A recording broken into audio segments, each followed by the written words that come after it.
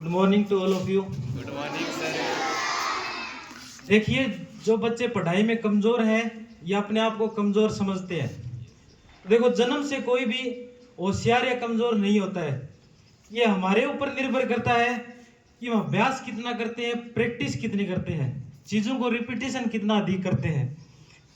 आपने सुना होगा practice can make a man perfect, यानी अभ्यास से व्यक्ति किसी कार्य में निपुण बनता है। और एक कबीर जी का दोहा भी है, करत करत अभ्यास ते जड़मती होत सुजान, रसरी आवत जागते सिल पर पड़त निशान। यानी बार बार अभ्यास करने से जब एक जड़ मतलब जो मूर्ख व्यक्ति भी बुद्धिमान हो सकता है, तो हम क्यों नहीं, आप क्यों नहीं हो सकते। जिस प्रकार पुराने जमाने में रस्सी से जो पानी निकाला जाता था, तो रस्सी के आने जाने से सिल पत्थर पर जब निशान पड़ सकते हैं, तो हम गुणवान बुद्धिमान क्यों नहीं हो सकते। आपको जरूरी नहीं है कि आप अपना सिलेबस 1 महीने में 2 महीने में कवर करें, आप उसको छोटे छोटे पार्ट में डिवाइड करके भी कर सकते हैं। जैसे आपके टीचर्स आपको डेली थोड़ा थोड़ा 1-2 टॉपिक पढ़ाते हैं, आप साथ का साथ उसका रिवीजन करते रहिए, तो थोड़ा थोड़ा करके आपका सिलेबस कवर हो जाएगा।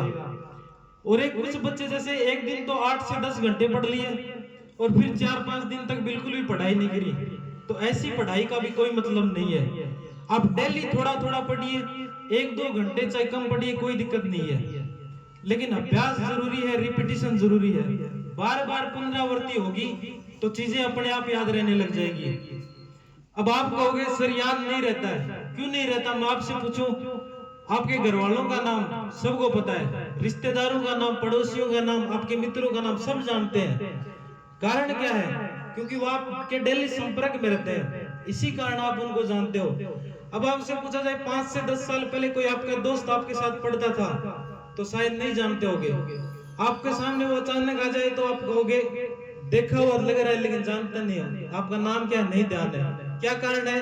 क्योंकि वो आपके संपर्क में नहीं था।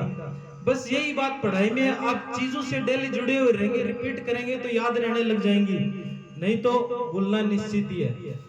अब अभ्यास के साथ साथ एक चीज और जरूरी है कि आप किसी भी कार्य को करने के लिए कितना तत्पर है, तैयार है, आपकी उस कार्य को करने के लिए रुचि कितनी है। क्योंकि जब तक इंटरेस्ट किसी कार्य को करने में क्रिएट नहीं होगा, तब तक चाहे आपके अध्यापक जितनी कोशिश कर ले, आप स्वयं जितनी कोशिश कर ले, आप उतना नहीं सीख पाओगे जितना आप चाहते हैं। क्योंकि वही बात है, प्यासे घोड़े को पानी या तालाब तक ले जाया जा सकता है, लेकिन उसको पानी पीने के लिए मजबूर नहीं कर सकते। जब तक उसकी आंतरिक इच्छा नहीं है, तब तक उसको आप पानी नहीं पिला सकते, अपनी इच्छा से ही वो पिएगा। वही बात पढ़ाई पर लागू होती है, जब तक आप तैयार नहीं होगे किसी काम को करने के लिए, आप उसको नहीं सीख सकते हैं। अब आप कहोगे कि सर रुचि भी क्रिएट नहीं हो रही, क्यों नहीं हो रही। आपको 2.5 से 3 घंटे की कोई मूवी दिखाई जाए, या आप देखते हो सभी मूवी, 2.5 से 3 घंटे आपको प्यास लगेगी तो भी आप नहीं उठोगे। क्यों?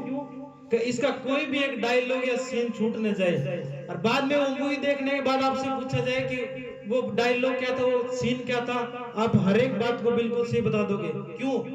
क्योंकि आपका उसमें इंटरेस्ट था, रुचि थी, इसी कारण बता पा रहे हो। अब कहो कि सर रुचि और अभ्यास दोनों ही कर रहे हैं फिर भी नहीं हो रहा, तो म्यूजिक गाने सभी सुनते हो, सब बच्चे सुनते हैं, तो आपको कोई गाना अच्छा लगे, कितनी बार सुनते हो उसको? 2 बार, 5 बार, 10 बार, नहीं पता कितनी बार सुन लिया, तब तक सुनते रहते हो जब तक उसकी एक एक लाइन, एक एक वर्ड याद ना हो जाए। तो आपका इंटरेस्ट था उसमें, इसी कारण उसको बार बार सुना, और बार बार सुना तो क्या हो रहा है, आपका अभ्यास हो रहा है।